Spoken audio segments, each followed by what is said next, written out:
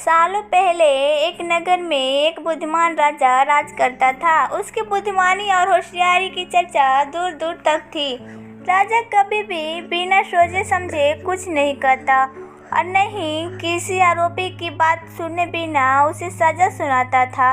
उसकी बुद्धिमानी की चर्चा सुनकर आसपास के राजा रानियों और राजकुमारियों आदि उससे जलते थे। इसी जलन के चलते सभी उस राजा की बुद्धिमानता की परीक्षा लेने के लिए नए नए तरीके अपनाते थे। हर बार राजा दूसरे राज्य के शासकों द्वारा ली गई परीक्षा में खरा उतरकर खुद को होशियार और योग्य राजा साबित करता था।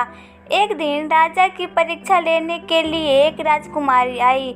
उसके हाथों में 2 फूलों की माला थी। दोनों माला में एक असली फूल से बनी थी और दूसरी नकली सी। उन दोनों मालाओं को देखकर उनका ये भेद बिल्कुल पता नहीं चल रहा था।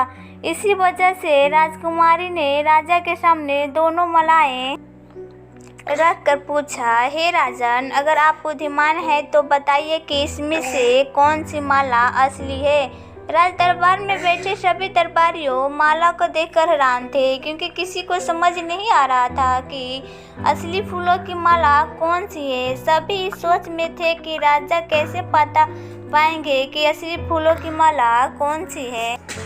राजा भी माला को देखकर परेशान होने लगे। उसी वक्त उनके दिमाग में कुछ तरकीब आई। उन्होंने तुरंत अपने एक सेवक से कहा, बगीचे की खिड़की खोल दो। सेवक ने बगीचे की खिड़की को जैसे ही खोला तो राजा ने देखा कि फूल में बैठी मधुमक्खियों खिड़कियों से बाहर से आ रही है। वो कुछ देर मधुमक्खियों को ही देखते रहे। जैसे ही एकांत मधुमक्खियाँ एक फूल की माला में बैठी, वैसे ही राजा ने कहा कि अब मैं बता सकता हूँ कि असली माला कौन सी है। राजा ने तुरंत उस माला की तरफ इशारा किया जिस पर मधुमक्खी बैठ रखी थी। राजा की होशियारी देखकर दरबार में मौजूद सभी उनकी तारीफ करने लगे। सभी कहने लगे कि हर राज्य के आपके जैसा ही बुद्धिमान राजा की जरूरत है। राजकुमारी भी राजा के बुद्धिमानिता देखकर खुश हो गई।